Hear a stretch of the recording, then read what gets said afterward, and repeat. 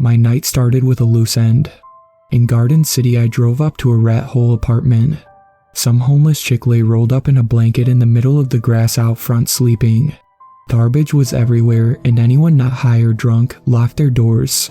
With catch and release arrests, everyone knew better than to bother calling the cops. Nothing like a junkie on bail with a grudge after you. I stepped over her unconscious body and knocked on a door on the first floor.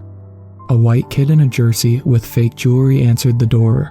Jay, a broke cokehead, greeted me like I was his best friend. "How you been, bro?" I'm good. I stepped inside with a backpack and looked around. It was everything you'd expect. The smell of cigarettes and dirt weed filled my sinuses, and rap music played from tiny speakers. The furniture was broken and covered in blunt wraps and unpaid bills. Instead of wall art, he had a shelf covered in empty bottles of Ciroc, every flavor. It was as though he took pride in burning his life down. I set my backpack down on the moth-eaten couch and asked if I could use the bathroom. He responded with the itch dripping out of him. "Sure thing, it's in the back. Before you do, you got any?" "Yes, it's in my bag. Help yourself." "You got me for the last two though." I turned down the hall already knowing the answer. "I got you, dog, soon as my album drops." Another excuse as he reached in my pack like a raccoon in garbage. 2 8-balls worth of coke was in his grasp. I hadn't closed the door of the bathroom before he had a bump in the hollow of his hand. I closed the door through my jacket and stood in the ashtray he called a latrine. Counting to 60, I waited patiently before flushing the toilet with my shoe. When I returned, he had the whole bag on the counter next to him high as a kite at his computer. "Check out my new track. It's the greatest thing I've ever heard." "Is that a fact?"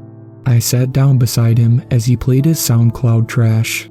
The beat he stole off of YouTube was too slow and his voice was repulsive. He was trying to rap and growl at the same time, all while looking like a junky version of Malibu's Most Wanted. I don't think his mother would have even given him a like. Half-heartedly, he handed my own bag over to me, afraid I would take him up on it. I raised my hand to stop him. "Nah, I got to make a few more deliveries." "The track's good though, you make any more?" I must have been a glutton for punishment because sure enough he did. Not 10 minutes, and though it was worth it. Old boy went from rocking back and forth rambling about his concert to swaying and breathing heavy. I rolled my chair back a little asking, "You alright, man? You look a little pale." "I don't know, Breathing heavy, he swung his arms out to brace himself. Standing up, he looked like a drunk in an alley before he puked. This time there would be none of that. He collapsed to the floor, reaching for the welfare phone in the island of his kitchen. I walked around him to stand between him and that phone. His words were few, but his eyes said everything. He knew he was going to die, and he was afraid. "You don't look so hot. Should I call the ambulance?" I couldn't help but smile as I feigned concern. His reply came in chokes and gurgles as he fell asleep on the floor. That fake gangster bravado went to the wayside as the last words came out of that little worm's mouth. "Mommy." Unconscious, he breathed in. He breathed out, and then he breathed his last. Fun fact, if you ever stand over a body and want to make sure he's dead, just wait till the bowels release. Once those fake true religions fill with excrement, you're in the clear. The bag of dope had one set of fingerprints, so I left it on the counter. Most of it was baking soda and fentanyl anyways. I didn't touch his wallet, his keys, none of it. Leaving the door cracked open on my exit, I left him for the buzzards. Sure enough, his house got robbed before the police ever made it there. One guppy down in an ocean of ill intent. With one stopover, the night was still young. I tossed my backpack in the back of a car I borrowed from a friend, parking in a Walmart to clean house. The shoes, jacket, and shirt I wore went into a bag and then in the dumpster. I got them all from a thrift store a month ago and kept them for such an occasion. After that, I put the license plates back on my friend's ride and drove it back to his place. He worked at a pizza place in Caldwell, and provided he kept his mouth shut, I now had an alibi.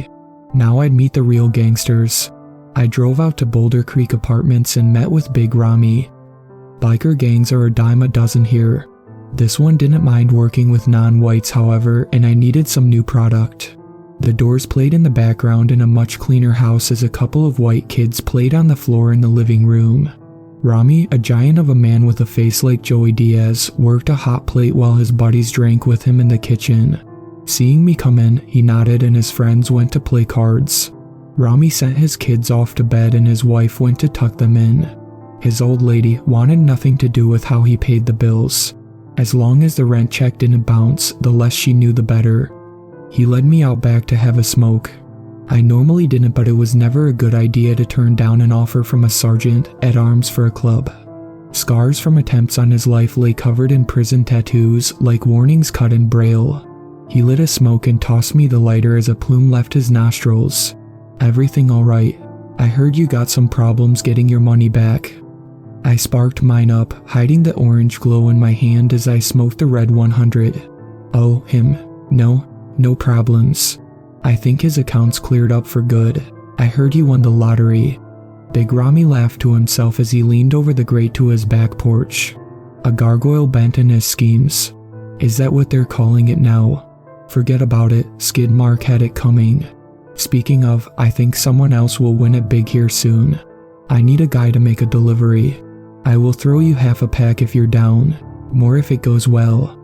I took a drag and thought it over. 10 grand was a lot of money and I just pulled something similar off for free. I had to push the envelope a little though. Half a pack and some gas. He glared for a second, then relented. Some gas it is. Just don't tell me all of it's going up your nose. Nope, just on my hustle. I shrugged as I took another drag. I wasn't affiliated with anyone yet, so business was expensive here. Besides, I wasn't stupid. Most people get wet work for 20. If he's gonna short me, he can at least put some powder on it. I will have it for you when you get back. Go to this address and he's got my dinner ready. Just make sure you don't eat some too. An evil grin flashed across his jaw as he laughed, handing me the paper. Have a lot of problems if you do. Any questions? Just one. I took it from him as I killed my smoke. Isn't Rami short for Ramirez? What are you doing in Idaho riding Harleys? Rami looked surprised. I guess it was a while since anyone called him by his Christian name. He thought a moment before flicking his smoke off the rail. Times are different now. Out east I would be rocking a sports coat, flipping bones with wise guys. It's cold out west. You want to work, you wear leathers. Don't laugh so hard, you might be wearing a set here soon yourself.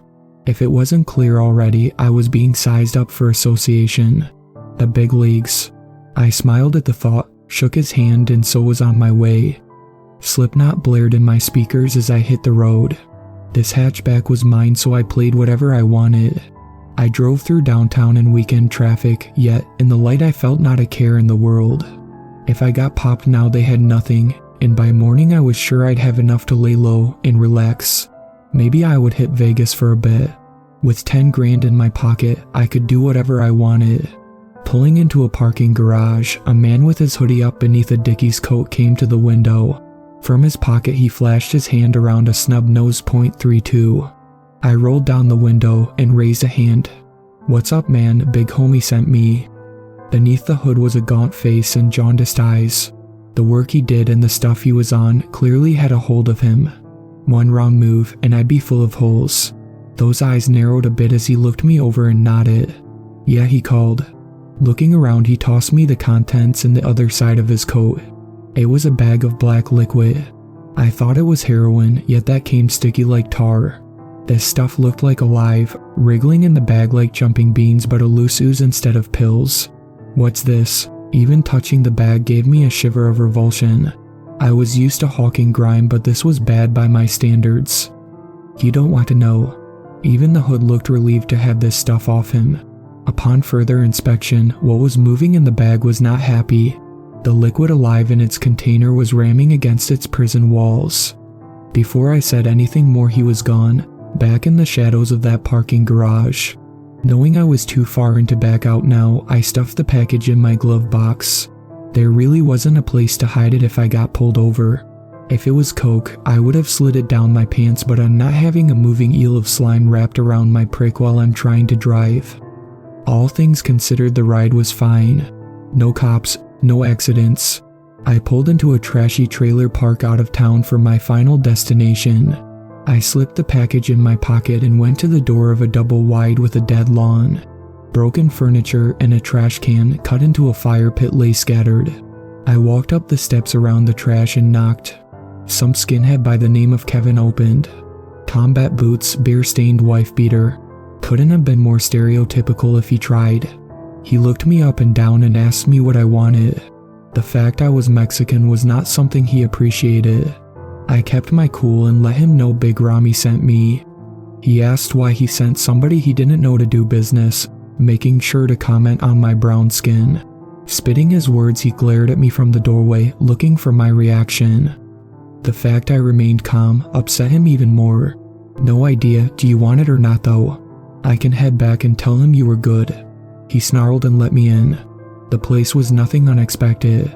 More ratty furniture, an Irish Republican Army flag hanging from his wall with a pool table covered in scored felt. Taxi driver played from a cheap TV as Marlboro packs and lotto tickets buried every surface around. We walked to a wooden table where he handed me a chair. He went into his room for a moment while I waited. When he returned to sit, he crossed his arms expectantly as I revealed the stuff. That black ooze wriggled and writhed like a tadpole stuck in hell. He nodded and revealed a rig. I got up to leave him to it when he raised his hand. "And where do you think you're going?" He pointed back to the seat like an angry parent. I took a step away anyways, heading towards the door. "Sorry, but I don't partake." The skinhead put a fist down on the table and leaned forward with a growl. "Rami sends some no-name with a baggie and you expect me to just take it and leave? No. You think I am stupid if you think you ain't taking at least a skin pop before you leave."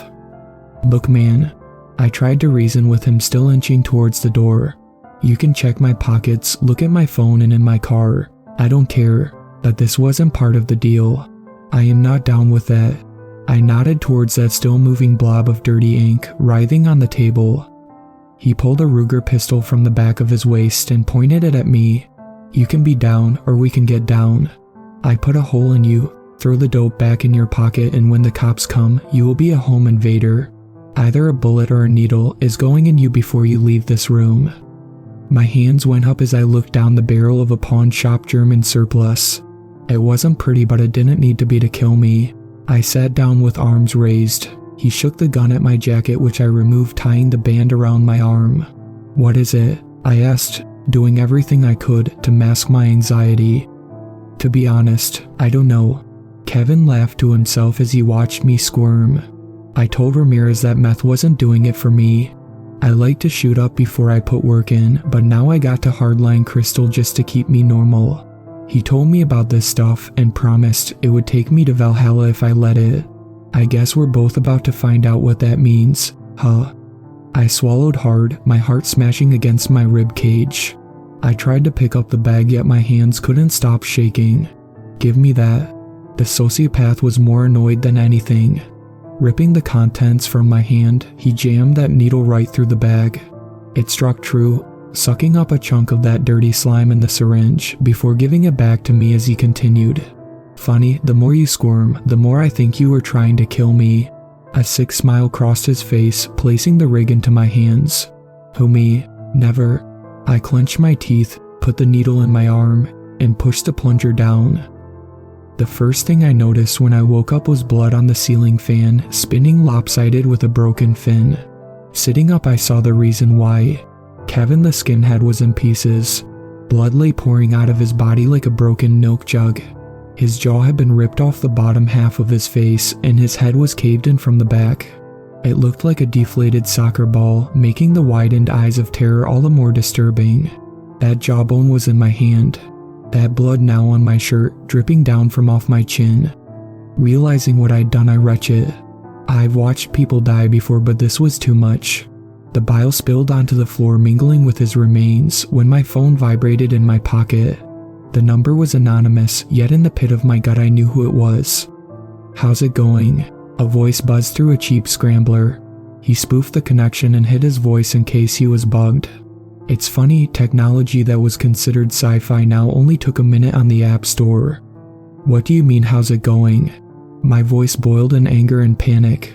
"No, you tell me what was in that baggie you sent me." The voice swore over the scrambled connection. You didn't take anything you weren't supposed to, right? A string of obscenities came as I threw the phone across the room. I picked it up again as he waited patiently on the phone. That tweaker put a gun to my head. I didn't have a choice. Panic came through even the mix when he replied, "Alright, meet me at the spot and I'll talk to you." Before I could respond, the call ended. Putting it away, I choked down my urge to sob. I turned my shirt inside out before putting it back on. Even now, I was hiding evidence before I left. No cleaning up the vomit though. I had to get out of Dodge, and soon. I hopped in my car and pulled away, and not a moment too soon. The flicker of sirens heading to the scene I left behind. He didn't have to tell me where the spot was. For years, if anything went down here, the park was the place to be. Even as a kid, it was considered a safe zone. Only people who stayed here were the homeless, and they kept anyone who'd be a problem away. Feds tried coming with a snitch to pick at the trash once. That guy got caught with a fingerprint case and got jumped so bad the hospital set his face with wire. As I pulled up in the dark, I cut the lights and parked. There he was, sitting alone at a metal grate table waiting for me. "What's up?" I raised an arm to him as I half ran in the night. As I got near, his face was grave, half in shame and half concern. His reply ignored my question. "Sit down." I sat across from him, and before I spoke, he raised his hand. "Look, kid, I got a lot to tell you and not a lot of time. Cops will be after you real soon. I'm assuming Kevin is dead." I nodded as the fear dropped further in my stomach. The cloak and dagger was gone. He spoke plain, no fear of wandering ears, knowing I'd not be alive to tell. "So, first off, what you took is a death sentence. You're going to die here. What you shot up is going to turn you into an animal, and the only way to end it is to put you down. But let me start from the top. It's common knowledge now, but you know it was originally the government who brought crack to the streets back in the day, right? Yes, back in the..." He cut me off again, looking at his watch. "Not a lot of time here, kid, so I'm doing you a favor. The CIA brought cocaine and the recipe to make it into crack into the country as a way to kill off the poor. Heroin was the same, even meth. This stuff is no different. Suits came in, gave us a briefcase, and said either it hits the streets or every car in prison will not make it a month. In return, the system will turn a blind eye to our business inside and out. Once we figured out what it did though, it was more evil than even we could stand. PCP looked like pixie sticks compared to this stuff. Junkies eating their kids, hookers chewed the face off pimps. Every place we pushed, it ended up in a killing spree. Every hit equaled a string of murders, blood and guts everywhere. We knew the government was using drugs as a way to cull the population, but they weren't even trying to hide it now. There's not even a high, just blackouts and waves turning people into monsters, only to come back long enough to witness what they'd done. We've taken to calling it ghoulie. The chemist we got took one look at it and found it's not even a drug. Some kind of biological agent, he was calling it. Takes over your brain and makes you feed, like that parasite with the slugs. Anyway, we couldn't take it off the streets. A war is one thing, but nobody's taking on the feds. We couldn't put it in anyone's neighborhood either, cause who would buy it? So everybody had to sit down with all the tables in prison. Each car gets a baggie, and anyone who needs to die on the outside and fast gets this in their needle. Feds got a rat with a wire, and that rat turns into a monster. It's hard to take a snitch seriously when he is frothing at the mouth with blood on his hands. And this is where you come in. Unfortunately, Kevin got wise, and if I were you, I'd have taken the bullet. You're going feral here again in half an hour. Don't even ask if there's a cure, there's not. The only reason why I'm even telling you all this is because it's curtains. I'm sorry it turned out this way. I was even going to put in a good word. Open the books for you. Before I let you go though, I can do this. Raimi reached into his vest and pulls out a 9mm with a rag to keep his prints off it. He sets it on the table with a sigh. I'm going to leave this here. Do what you will, but you got about 30 minutes before you turn back into a ghoul, and that'll be the end. One way or the other, you're done, kid. Sorry. With those words, he stood up to walk, leaving me in the dark behind. So here I am, writing all this out in the only place I could think of. When you catch me on the news, just know all this is going on. There will be a string of murders all over the country from people like me, each one more violent than the last. Laws will be used to crack down on anyone with drugs, and those who own the prisons will get a fat check with the new population growth. Before I go, to any of you who lost somebody to any of the stuff I've been pushing, I'm sorry.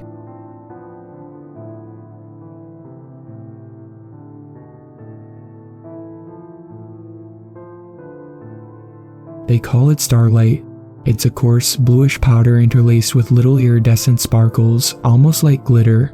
This drug, if that's even the right word for it, has been running amok in my town. It's a hallucinogen, but it's nothing like anyone has ever seen. Several people have already died from it, with more still missing, and no one can seem to explain why. There's been rumors about it for a while. Kids at school say it's something more intense than anything else available. One guy who claims his brother tried it called it soul-reaming and more horrible than anything he could have ever imagined. This only grew our fascination with it. Now you may be asking yourself, if the effects are so bad, then why would anyone take it? Well, the same reason people eat Tide Pods and try to swallow spoonfuls of cinnamon, I guess. Ego, curiosity, and boredom are a deadly mix. If there's a demonized substance out there, odds are someone is going to try it eventually. This time, that someone was me and my 3 friends. We were in Aaron's garage about a week ago, just doing what we do best. Ripping bongs, roasting each other, and debating upon how to spend a Friday evening. Griffey was hitting the bong when Daniel pulled something from his pocket and handed it to me. "Fuck is this?" I asked, taking the tiny Ziploc baggie. Inside was about a gram of blue powder. Looked almost like pixie stick dust mixed with tiny flakes of metal. "Starlight," Daniel replied. I didn't believe him at first. I had thought the drug was nothing but an urban legend up until that point. They wanted me to take it with them, but after a very bad experience involving salvia and dubstep, I had sworn off hallucinogens for a while. I just wanted to smoke weed. Plus, the drug was already rumored to be incredibly dangerous. Heard a story at school that some homeless guy had hurled himself into traffic while he was on it. Dude, that's such bullshit. Daniel clearly wasn't buying it. Let me guess. Whoever told you that said he has a friend who took too much acid and now thinks he's a glass of orange juice too. Daniel laughed mockingly, but I wasn't swayed. Come on man, that's just government propaganda. They say the same shit about weed. Yeah, and meth and heroin, I fired back. The tension grew between us as Griffey stepped in. I heard it's like coke mixed with shrooms. Makes you feel amazing and see crazy shit too.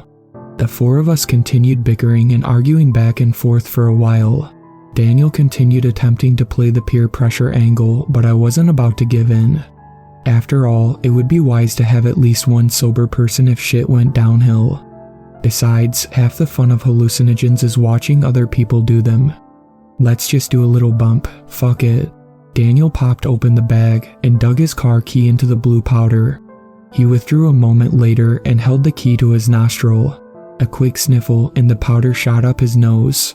He cringed and put a hand to his face. Oh, fuck, that shit burns. His discomfort didn't seem to sway Aaron, who had already begun reaching for the bag as Daniel held his nose.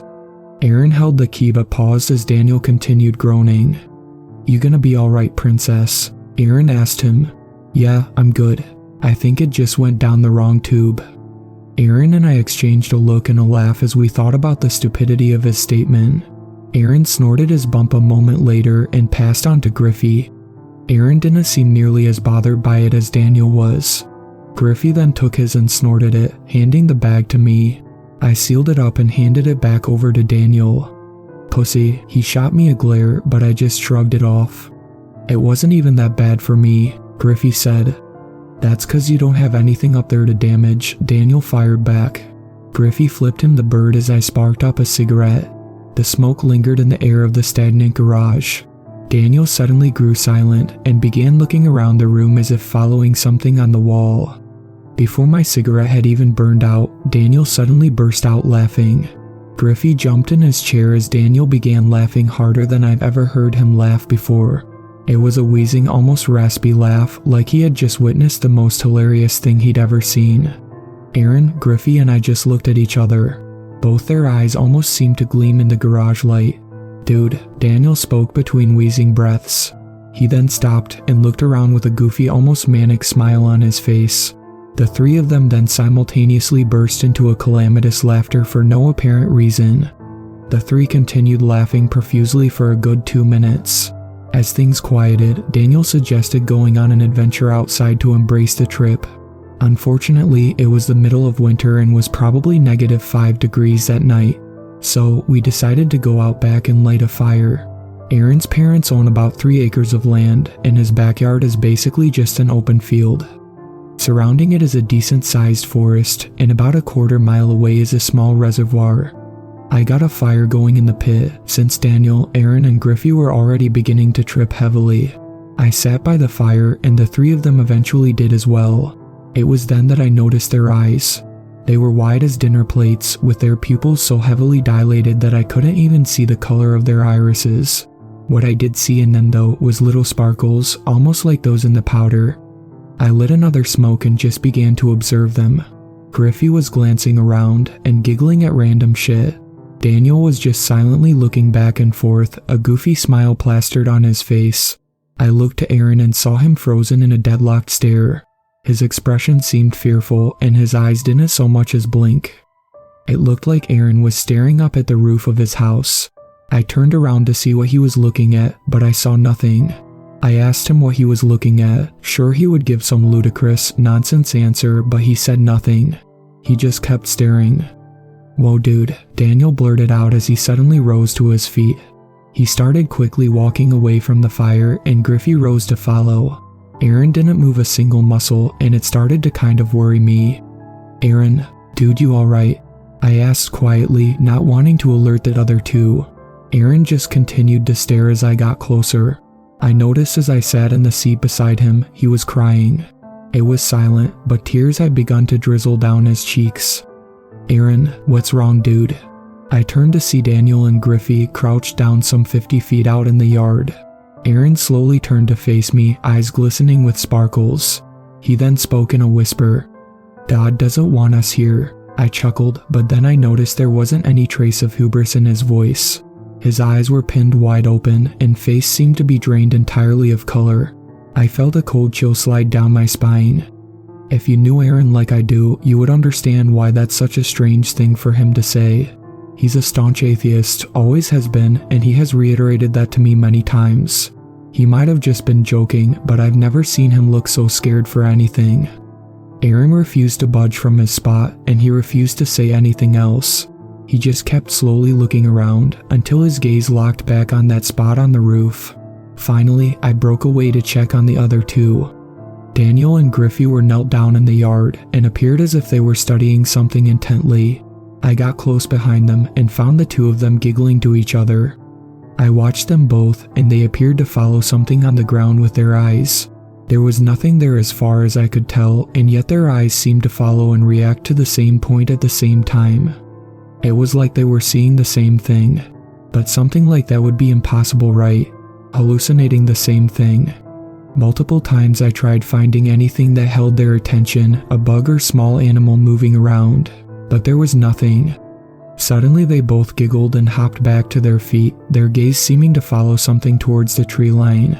Neither of them seemed to even acknowledge that I was there. Daniel then scurried away towards the forest. Griffey smiled, but then paused as his gaze rose to the treetops. His smile then crumbled, and his eyes grew wide. "Daniel," he spoke, but not loud enough for Daniel to hear. Daniel was looking back and forth around the tree line. "Daniel, look out," Griffey suddenly shouted at the top of his lungs. Daniel began to turn back, but paused as something above him seemed to catch his attention. He looked up, then screamed and began to run. He hadn't got more than 5 feet when he was suddenly and inexplicably hoisted up off his feet and suspended almost 5 feet in the air. His legs flailed frantically and his body moved side to side. His head and left arm vanished, as if they suddenly didn't exist. He was being held by nothing, there was nothing fucking there. Suddenly I heard a sickening crunch noise and Daniel went limp. His body was then released and plummeted back to the ground. It hit with a squelch, his head, left shoulder and arm missing. A conglomerate of blood and shredded viscera sprouted from his wounds. Griffey screamed at the top of his lungs, almost crying as he took off running. I didn't know how to process what I had just seen. I finally seemed to snap back to reality to see Griffey far from the house on the opposite side of the yard. I called out to him and gave pursuit as he continued screaming. As I passed the house, I noticed Aaron was no longer sitting by the fire. Griffey tore through the tree line and disappeared within the dense brush. Seconds later, I went crashing in behind him, feeling a flurry of branches and twigs assault me. Griffey had gone silent, but I could still hear branches crunching further within. I kept running, but ended up trapping myself at an impenetrable tangle of trees and thistle bushes. I finally pulled out my phone and found the trail, but by that point Griffey had gone silent. I continued down the trail, calling out to him and searching around. I called Griffey and Aaron's phone several times, but neither of them answered. Police sirens shrieked in the distance a couple minutes later. I stayed out there for at least 20 more minutes. I didn't see or hear any sign of Griffey, and regrettably I decided to head back. On the way back, I found a single shoe on the trail. I called out to Griffey again, but again he didn't reply. The cops had already begun scouring the property when I returned. Officers searched throughout the woods, shining flashlights all around. They spotted me as I walked up and commanded me down to the ground. I didn't resist. Everything had all happened so fast. They questioned me, but all I managed to convey was that my friends had disappeared. I was about to ask about Daniel when they did it for me. I had hoped that somehow I hallucinated or simply imagined what had happened to him, but that wasn't the case. I don't know. They pressed me for more, but I just told them I hadn't seen anything. Even if I would have tried explaining what I saw, they never would have believed me. Then they asked a question, which really caught me off guard. "Where did you last see him?" I stared back at them confused. Had they not seen his mutilated corpse in the backyard? Eventually, they revealed that they hadn't actually found Daniel's body. All they found was a spattering of blood and bits of torn clothing. Cops continued to try and extract more info out of me for the next few days, but I didn't say much. What was I supposed to say? They would have thrown me in a loony bin if I told them anymore. The only thing I did tell them was about Starlight. Their expressions didn't even seem to register a response from them. A day later, a local churchgoer stumbled upon a gruesome scene. There was a pile of blood, shredded clothing, and viscera along with a single severed finger at the front of the auditorium. They're still waiting on DNA results, but I'm pretty sure it was Griffey, as no one has seen him since that night. They found one other thing too, a matching shoe to the one I had found in the woods. All of this happened about a week ago, and no one has seen Aaron since. I hope he's okay, but honestly, I don't expect that to be the case. I was sure the cops would lock me up for the rest of my life, and they still might, but for now I've been allowed to return home as they investigate the case. There's an officer stationed 24/7 outside, and they won't let me leave, but at least I'm not in jail. Yet. A couple friends have sent me texts asking what happened to Aaron, Daniel, and Griffey, but I don't know what to tell them. They told me that they've been seeing unmarked black vans driving around town. A lot of guys in suits, and even claims of seeing a hazmat team. It's probably not a wise idea for me to post this here, but I haven't seen anything in the news about any of this. I haven't been able to find out anything about this Starlight either. No one seems to have heard of it before, let alone know where it comes from, or even what the hell it is. I wasn't planning on going public with this, but something happened about an hour ago to make me reconsider. I feel like I no longer have a choice in the matter. One of the cops who had previously interviewed me stopped by. He was almost frantic and asked to speak to me privately. Once we were alone, he told me they had gotten calls from a local about some old dude screaming at the top of his lungs and running around in their backyard. Once the cops arrived at the scene, they found the man in the backyard wailing in agony. Both of his legs had been severed from just above the knee, and he was beyond consolable. The cops said it looked almost like they had just been bitten off. The leg bones were mangled, and fleshy bits of skin dangled off the wounds. The cop almost broke down then. He swallowed hard and told me he had watched as the man's head suddenly vanished while they were speaking with him. He was then lifted into the air, his arms and bloody stumps still flailing about, before being eviscerated by something unseen. There was just nothing there. He was torn to pieces by nothing, like by something invisible. He almost shook as he explained it. He said something before he died though. The cop swallowed hard and spoke softly. "They've seen us, the gate is open." Neither of us knew what that was supposed to mean. I've never been much of the preaky type, especially considering my chosen lifestyle, but it may be wise to avoid any sort of drug use for a while. The man that died was a well-known cokehead. Cops aren't sure yet, but they believe his latest batch had been cut with starlight. They haven't found the dealer yet, but it appears as though whoever is supplying the coke is intentionally trying to spread the starlight. God help us all if they are right.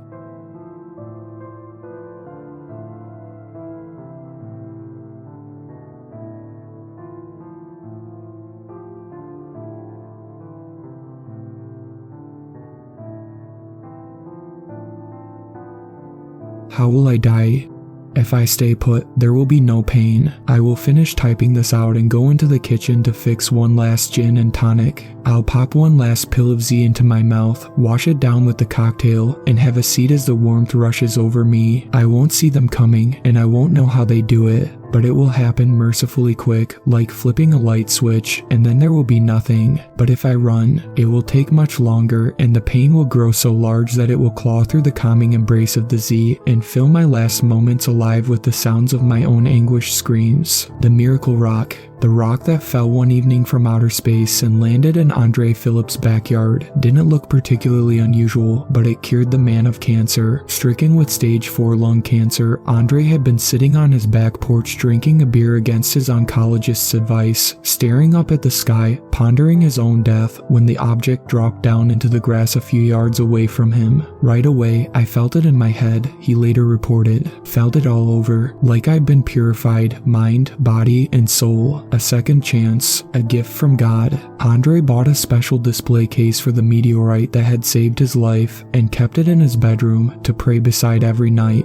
However, the miracle rock did not stay there for long, as, a week after it landed in Andre's yard, it went missing along with Andre himself. Before his disappearance, Andre had contacted a number of new outlets with the story of his miraculous recovery. Only one reporter had taken him seriously, and not for very long. When she followed up with the doctors who had treated Andre, they all denied that anything out of the ordinary had happened. They insisted that the cancer had not been that far advanced, and that, while rare, lung cancer was sometimes able to be cured if caught early enough. The reporter, though not very experienced, got the sense that the doctors weren't telling her the truth, and further, that they wanted to tell the truth, but something was preventing them. Still, there was nothing she could do, and her producer killed the story the day before Andre went missing, and so the public never heard the story of Andre Phillips and his miracle rock, and that was very much by design. Strange elements. The invitation was passed on through my former mentor, an old and distinguished professor. They had asked him for the best chemist he knew, and he had named me. Who they were wasn't entirely clear to him, nor was the exact nature of the project. But the man he had spoken to,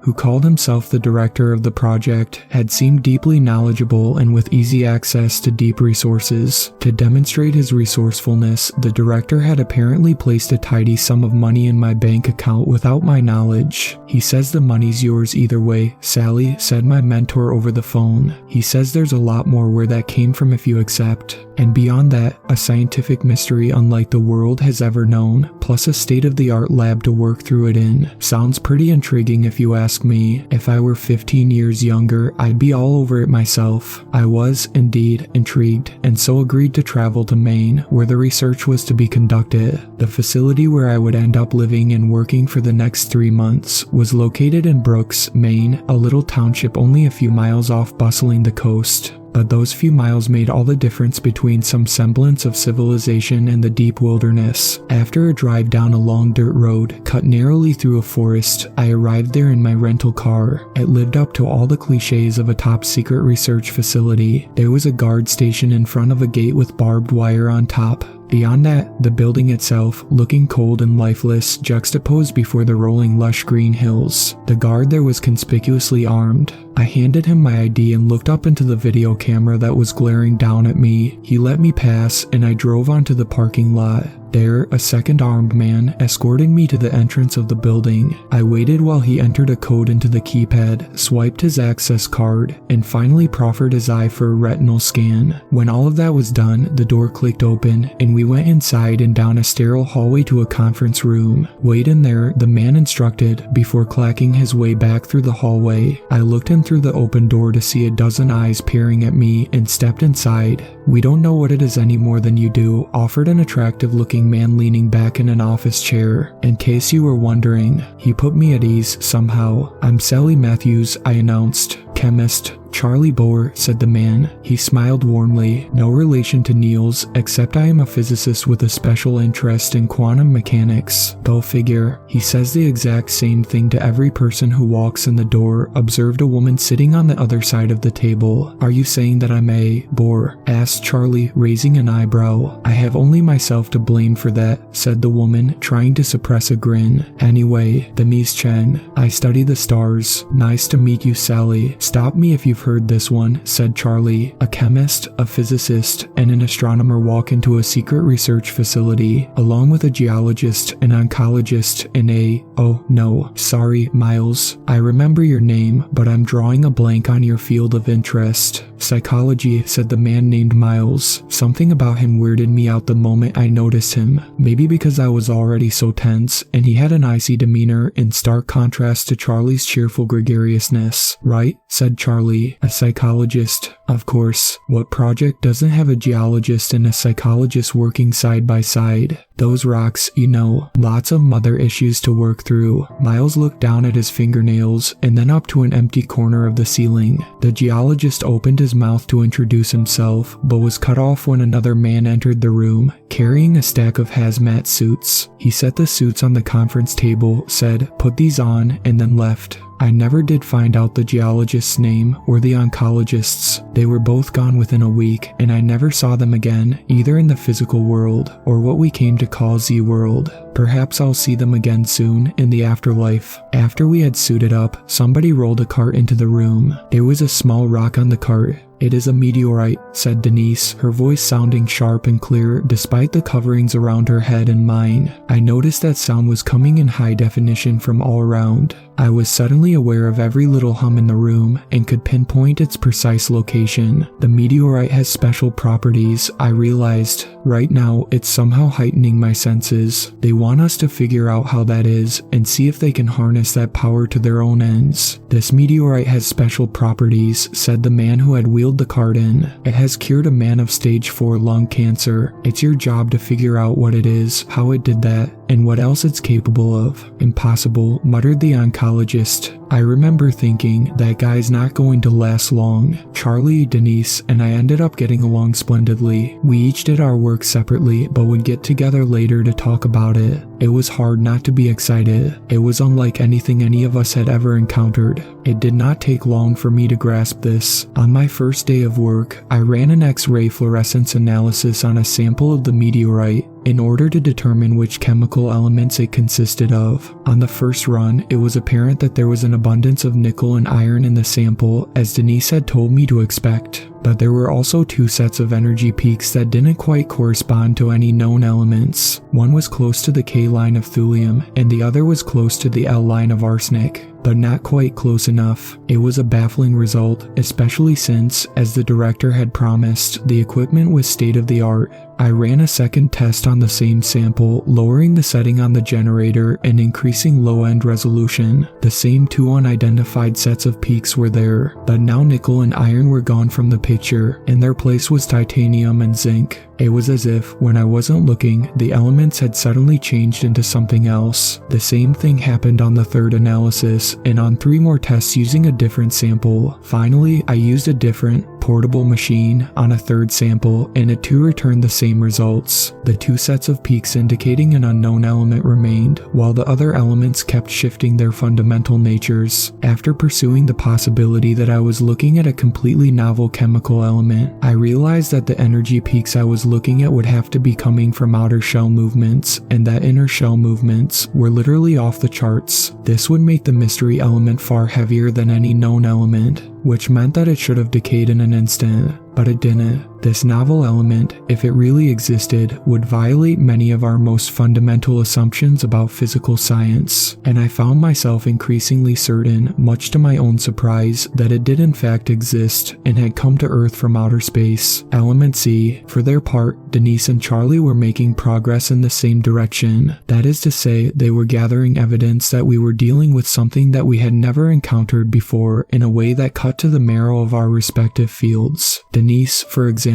had been able to trace the meteorite back to the point where it had appeared seemingly out of nowhere. When I asked if that was just because it was small enough to evade satellite sensors, she assured me that we weren't talking about a point in space at the edge of the galaxy or even just outside of Mars. It was only a few thousand miles outside of Earth's atmosphere. It had just appeared there, and data from satellites were cross-checked and all told the same story. At the same time, she said, there was every indication that the meteorite had come from very far away and had likely been created and propelled through space by a massive event that had occurred a very long time ago. This led to speculation on our part about wormholes or faster than light speed travel. Somehow, things that we had never given thought to in a long time, and maybe never gave serious thought to, became the frequent subjects of conversation and speculation. One day, while we were sitting at a cafeteria table eating bland food, Charlie summed up his thoughts like this: reality would rather blow itself up than change, and when it does change, it blows itself up beforehand anyway, I guess as a sort of protest. But that's not what's happening here. You've got protons hopping from bed to bed like swingers on a Friday night.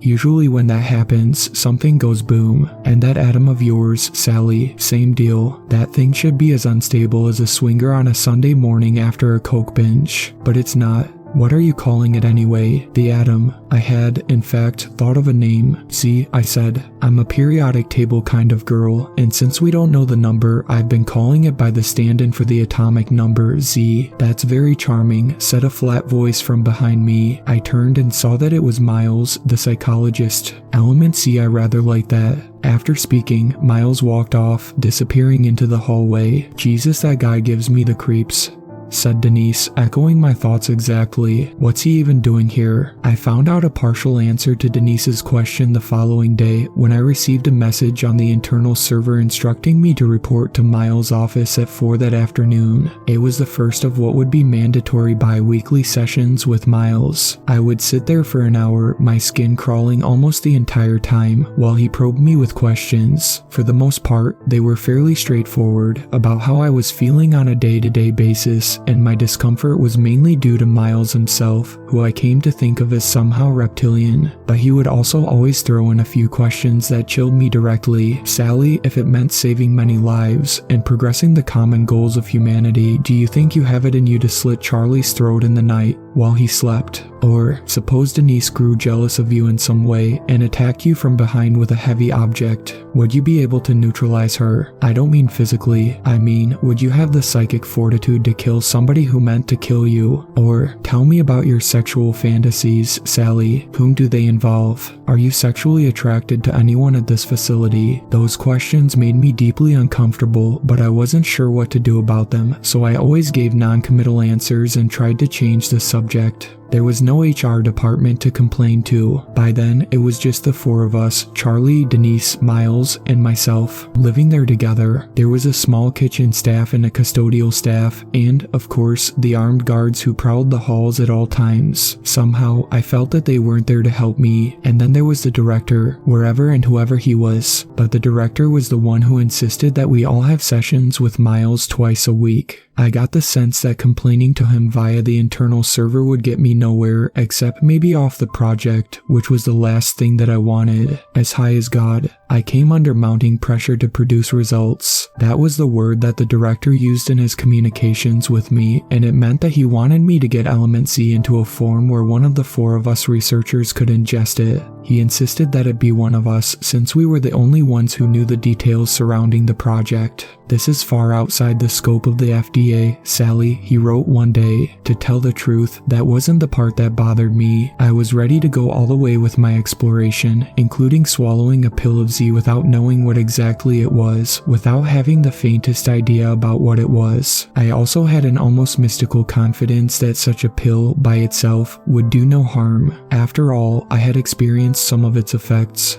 simply by being near it already and had heard the story of how it had cured a man of cancer. The difficult part was that I couldn't physically separate element Z out from the other elements, which were often toxic to people and could be lethal in the doses required to carry with them even a trace amount of Z. I couldn't separate out the elements from each other because I never knew which elements I was supposed to separate. They were in constant flux, the atoms always transmuting. It was an intractable problem, until Charlie had a breakthrough one day. He laid it out over the lunch table. You ladies know what an interference pattern is. When two or more waves cross each other's paths, and so create a new pattern of peaks and troughs. Sure, said Denise, popping a tater tot into her mouth. What about it? Well, I took the liberty of charting out some of Sally's data this morning, and, best I can tell, element Z is emitting a constant series of interfering energy waves that is somehow responsible for which other elements turn up at the time of measurement. Using the wave function, one can calculate the probability that any given sample of the meteorite will contain, say, arsenic and lead at any given time. Thought that might be useful to work out. No, I wanted to kiss him. I can work with that, I said, and I did. Now that I had a set of probabilities to work from, I was able to devise a method of separating the chemical elements from one another that, while doomed to fail 99 times out of 100, would strike gold on that 100th time. Or rather, would strike element Z. By the end of the week, I had a pile of the stuff in powder form, 100% free of impurities. From there, I discovered that the substance was soluble in water. I also knew, according to Charlie's chart, that the lighter elements, like carbon and oxygen, were outside of element Z's wave function, which meant that I was able to safely combine it with sugar, and so I was able to easily create a pill that contained only a single nanogram of element Z. It was decided that we would hold an impromptu drug trial in Miles' office. I protested to no effect, and so the four of us gathered together early one morning to draw straws. The short straw would take the pill. I felt emotion in both directions. My curiosity was at a fever pitch, and I wanted to be the first person to test the drug, but I also felt a deep fear gnawing at my stomach. The fear of being launched so completely into the unknown. Miles wasn't helping ease my discomfort. He sat icily behind his desk and showed no emotion. Behind him was a video camera set up on a tripod. I felt, somehow, like that camera had more humanity in it than Miles did. I wished that he would just leave the project altogether. We drew straws, and Charlie came up short. "Hell yes, baby," he said. He immediately plucked the pill up from Miles' desk, popped it into his mouth, and swallowed it with a pull from his water bottle. Blast off. Miles pushed a button on the video camera, and then we waited. "I'm higher than a Georgia pine," said Charlie 10 minutes later, grinning. "Oh fuck, that feels good. Like ecstasy, MDMA, but like times 100. You're experiencing intense feelings of well-being?" asked Miles, scribbling in his notebook. Charlie looked at Miles with pupils that nearly crowded out his irises entirely. "Well, I was, dude, until you started talking. Why don't you give me a few minutes alone with the ladies, huh, bud?" He laughed. No, I'm just kidding. Sort of. Man, I'm horny. Write that down, Miles. The subject is horny as hell. I had to admit that I was feeling rather heated too. It was like Charlie was emitting a raw, animalistic sexuality. I wish that I had the proper equipment to measure his hormone levels. In fact, I wish that I had any equipment to measure anything. As far as trials went, it was shoddy work, but I reminded myself there would be more trials. "Wait a fucking second," said Charlie. Then I heard him inside my head. "Sally, can you hear me? Don't answer out loud. Listen, I'm here. I promise that I won't look at anything that I'm not supposed to, but I want you to know that I can see inside of your mind. I can enter it like a room and look around. Don't say anything. I can't get inside of Miles' head for some reason, and I don't want him to know about this. Not yet anyway. Not until you and I can talk about it with Denise. I'm there inside of her mind too. I'm fucking everywhere. Sally, I'm as high as God. Hooked." The next day, I made a batch of pills and Charlie, Denise, and I gathered together in my room after work to take them. My hands shook as I brought the pill to my mouth. I knew that it would feel wonderful, but I was also terrified at the prospect of having an experience so far outside of anything I had ever known. I began to feel the effects 10 minutes after taking the pill. A rush of warmth coursed through me, along with a feeling that everything was exactly how it was supposed to be, and that it was all so beautiful. My chest swelled with contentment.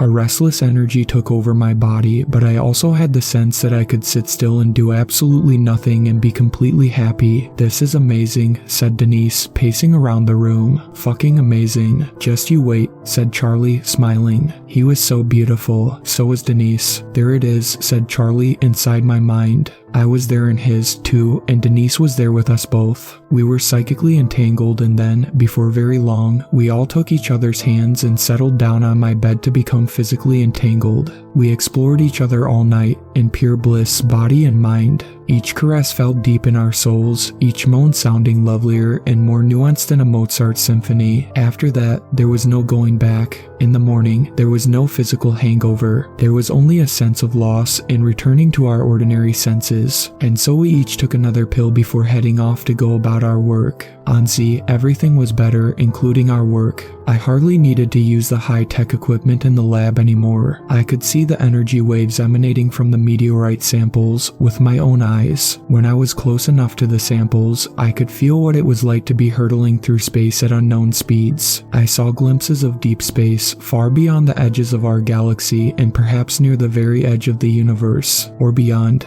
It was a strange place, an endless void spotted with occasional pockets of intense energy twisting around on itself, coming into existence, becoming existence itself. We took Z every day. We would go to work, then meet in the cafeteria at lunch, where we sat silently eating, communicating telepathically. Even the drab food tasted wonderful, and we savored every bite. Then back to work, and finally we would meet in somebody's room to make love all night. A few days into it, we were at the lunch table discussing Charlie's progress on faster-than-light speed travel when Denise interrupted the conversation. "Creep alert," she said. I could feel it too, a cold presence in the hallway, getting closer. Miles. He was like a dark spot in our joy. Every other person, down to the security guards carrying their loaded weapons, was beautiful to us. Their insecurities, their desires, their kindnesses and cruelties. They were all evident to us like an open book, and we came to view them all as perfect creatures, exactly as they were supposed to be. But Miles was something else. He was close to us, and we trusted him less than ever before. "I would like to try a pill, Sally," said Miles, now standing behind me. "I know that you three have been taking it, and are on it right now. I'd like to try it for myself. The director has requested my first-hand account of it as well." "No way can we let him have this," said Denise. "Can you cook up some MDMA and give him that? He won't know the difference." "I'll have to make one up for you," I said.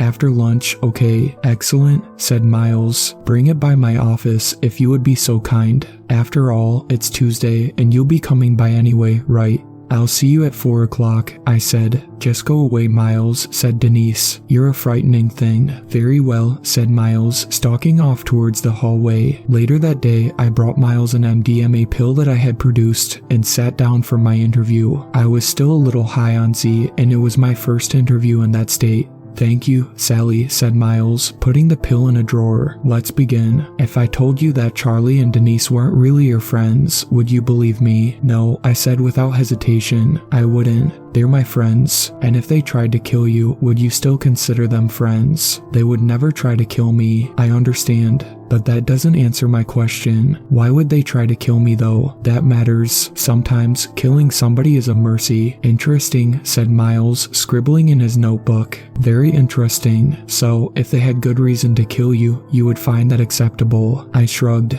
"I don't know, Miles. I don't know what to tell you. You've done well, Sally. Thank you. That's it for today. That's it." I left the room hastily, feeling queasy. Something about that meeting, and Miles in general, cut through all of the warm feelings of Z and left me in a state of panic. I went straight back to my room and locked the door. I didn't want to see anybody. I just wanted to feel good again. So I took 2 more pills of Z. I felt Charlie and Denise approaching my room. I didn't want to see them and realized that I could hide from them. I could cloak my mind so they wouldn't know where I was. And in this state, I could still look in their minds. "Can you feel her?" Charlie asked Denise. "No," said Denise. "She's not in her room." God, I wonder what happened. "Do you think Miles did something to her?" "She's probably in her lab, working," said Charlie. "I guess she wants to be alone right now. We should respect that." "Come on, let's you and I go back to my room." I felt their presence receding down the hallway. An hour or so later, I felt their presence again. "Can you feel her?" Charlie asked Denise. That's when I realized that Z could show me the future. The director, 5 pills, I soon discovered, were too much to take at once. The body would shut down before the Z could show the mind what it had in store. The human mind was not equipped to glimpse such mysteries, and to protect itself, the body convulsed and shut the mind down too. That's how Charlie and Denise found me, with my eyes open wide staring at the lab ceiling, in the depths of a seizure. After I had recovered, I decided to tell them what I had experienced. 2 pills at once showed me the future, 3 pills at once let me leave my body and travel the corridors of the facility, and 4 pills brought me to Z-World.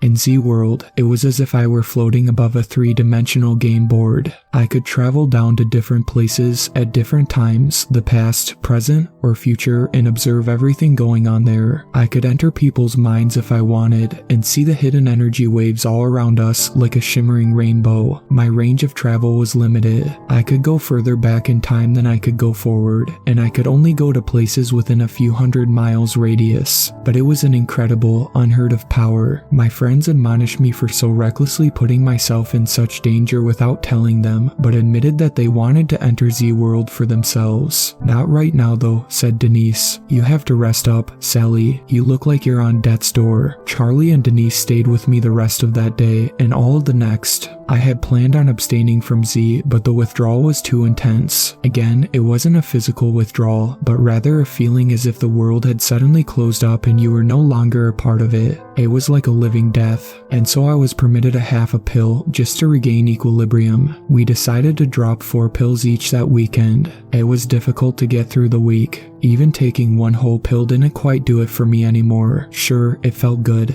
but nothing could compare to that feeling of near omniscience. Meanwhile, while we waited, we spent our lunch breaks and after hours talking about something we'd never talked about before. What exactly we were doing there, and what exactly were the implications of unlocking the power of Z. "It cures cancer," I said one day to get the conversation going. "It grants the power of telepathy and lets you see the future. What's going to happen with these powers?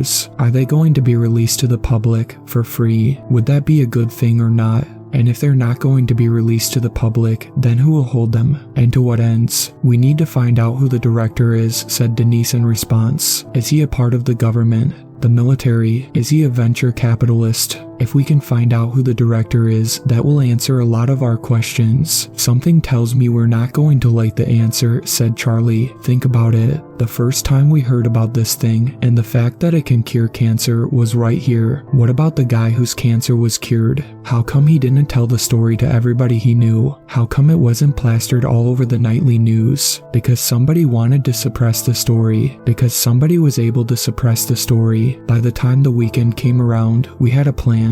The sensation of entering Z-World was terrifying if you weren't expecting it, and even if you were, you went from feeling every nerve in your body lit up with pleasure to feeling yourself being pulled away from yourself. It was like your brain was being pulled apart into 2 aspects, the physical one that regulated body functions, and the extra-physical one where consciousness lived. You were split in 2 and felt yourself lifting up even as you knew that you were sitting still. The 3 of us met in the clouds, high above the research facility, looking down on the sprawling hills of Brooks, Maine. The plan was to travel back to the place and time where the meteorite had first landed, which information Denise knew well. We reasoned that if we followed news of the meteorite's landing, we would eventually run into the director. "Focus," I said. "Repeat the coordinates and the time over and over again, together." We did this and soon found ourselves on a porch next to a man who was drinking a beer and staring up at the sky. He was thinking about all of the mistakes he'd made in his life and all of the people he'd hurt and how much he wished he could make it all right.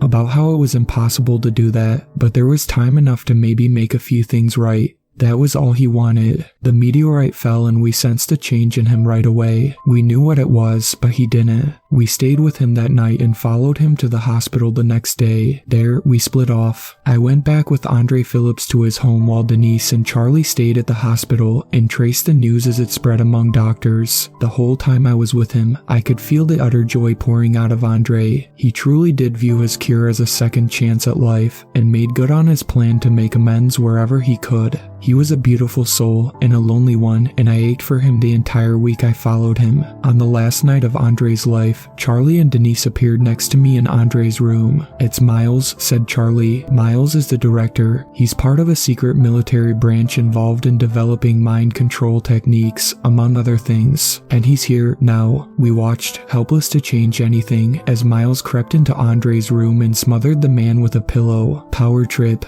When we came back to our bodies, Miles was sitting there in my room, swirling a glass of scotch around. I tried, as I had many times, to penetrate Miles' mind and was met only with a cold spot. That was when I realized, "That's right, Sally, I've been on Z since the day you figured out how to make it ingestible." He smiled and took a sip of scotch. "You could all be dead, you know. It would have been very easy at any time. Truly, I don't need anything more from you. I have Z, that's quite enough. So why are we still alive then?" asked Charlie. "Well, despite what you think, I'm not a monster. What the three of you managed to achieve is remarkable. I'm not one to steal the fruits of someone's labor without due compensation. So here is the offer. If you stay here and see if you can extract anything else useful from this substance, then you will have a lifetime supply of Z, regardless of if you manage to make further discoveries or not. But you must never tell anyone about anything remotely related to Z, that's the offer. And if we refuse," asked Denise. "What do you think?" said Miles. He took another sip of scotch. "What are you going to do with it?" I asked. "Will you release it to the world? Nothing too dramatic. It will serve United States interests. And no, the world will never know it exists. It can cure cancer," I said. "Surely that's in the interest of the United States. We can't have the public going around reading each other's minds, Sally. We can't have people knowing that's possible. Maybe there's a way to separate out the effects," said Denise. "Maybe we can cure cancer without the mind reading. Then stay and work on that," said Miles. I didn't need to be a mind reader to know what Miles was thinking. But even if we could do that, you'd never allow it into the world.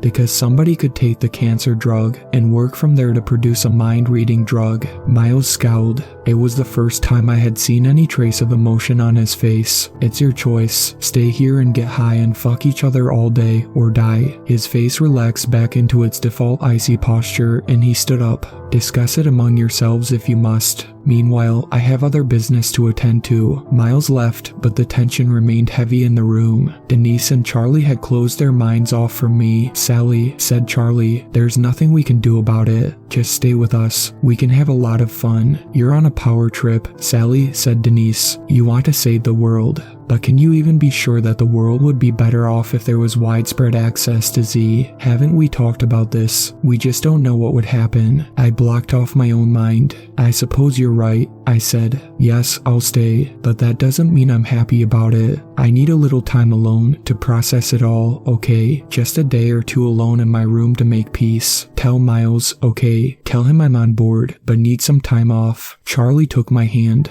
"I understand. I don't feel great about it either, but it's the right call, the only call." Then they left me alone to hatch my escape plan. How I will die. I had to train myself to act without thinking. It was not easy. I practiced in front of the bathroom mirror by, say, clipping my fingernails while thinking about something else. I picked out my clothes without thinking about them and got dressed that way too. By the end of the second day, I was not at all certain that I had actually achieved my ends, but I knew that my time had run out. I had to open my mind back up, or the others would grow suspicious. During the day, I squirreled away pills of Z in my lab coat. I would eat lunch with Charlie and Denise as usual, and then meet up with them after work for our usual erotic routine. They were thrilled that I had apparently accepted my life together with them. The escape itself was trivially easy. One night, I waited until Denise and Charlie had collapsed from exhaustion, and then crept out into the hallway. There were 3 guards on duty inside the building, and I knew where each one was and what they were thinking. I waited until one of them was isolated, and then snuck up behind him and injected him with a 5 nanogram solution of Z, enough to put him out of commission. I carefully dragged his body to the entrance. I knew the code well enough, and after swiping his access card, I only had to lift his head up and point his wide open eyes at the retinal scanner. I knew from floating above it that there was a gap in the fence surrounding the facility. It led out into the forest, where I would have to make a long journey through the hills. As soon as I crawled under that gap and into the dark night, I was struck by 2 certainties. First, that I was free, and second, that I would soon be dead. In every future I have seen, I am murdered. There is no escaping it. This course I've been on now is the one where I live the longest. I also know that this is the only channel through which I can tell the world about Z. I won't be alive to know if you'll believe me, or if you'll be able to do anything about it. I only know that any channel, other than telling the public directly, is closed off by Miles' far-reaching stranglehold. My mentor, the one who initially reached out to me about the project, has gone missing. In an hour, I will be dead. How exactly I die is my choice. After I finish typing this and send it out, I can go into the kitchen of this little cottage and mix myself a gin and tonic. I will pop one more pill of Z and feel the warmth rush over me. They'll come in, somehow, and kill me quickly. My guess is that it will be a bullet to the back of my head. Or I can run. If I do that, a dark blue RAV4 will ram into the side of my little Civic. The impact of the crash will crack several of my ribs and set shattered glass flying against my face. I will play dead. Charlie will exit the RAV4 and open my door to douse my corpse with gasoline. I will stab him in the gut with a kitchen knife. He won't see it coming because in his vision of the future, I'm already dead from the crash. He'll stagger back and I'll leap out of the car through the pain and grasp Denise around the neck. I'll strangle her as hard as I can, but before I can kill her, Charlie will have pulled the knife from his stomach and will bring it down into my back again and again. I will roll off of Denise and look up at them, unable to stop myself from screaming in pain as blood pours out of my mouth. My last moments of life will be filled with pain and anguish unlike I've ever felt. But before I die, I will look into the eyes of my former friends, and I will see misery there, guilt and doubt and despair. They will have to face up to what they've become, I will know, and then it will all go dark for me. The Civic is gassed up and ready to go.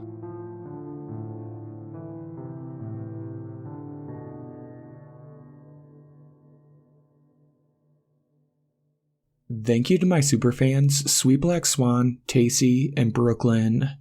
I really appreciate you guys supporting my channel, and I look forward to making more content for everyone.